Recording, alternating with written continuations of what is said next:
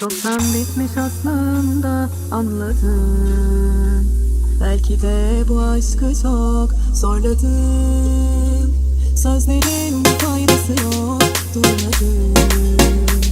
Artık ben de vazgeçtim, sormadım.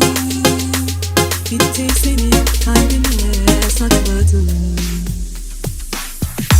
Adını da anmam bir daha, yoluna da çıkmam bir daha. Aşk dediğin deneymiş sanki, bak işte gelmek sonuna.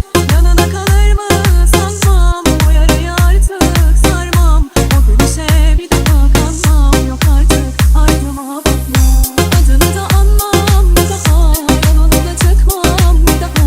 Aşk dediğin deneymiş sanki, bak işte gelmek sonuna. Yanına kalır mı sanmam, o yarayı artık sarmam. O gülüşe bir daha kanmam, yok artık ardıma bakmam.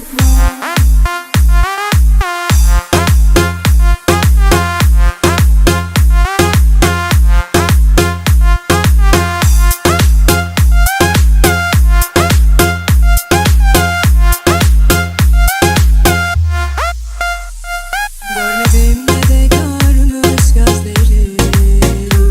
Belki de hiç beni sevmedin. Senin kendi dünyanmış tek gerçeğin. Bu dünyada bana yer veremedin. Kaderinle önüne geçemedin.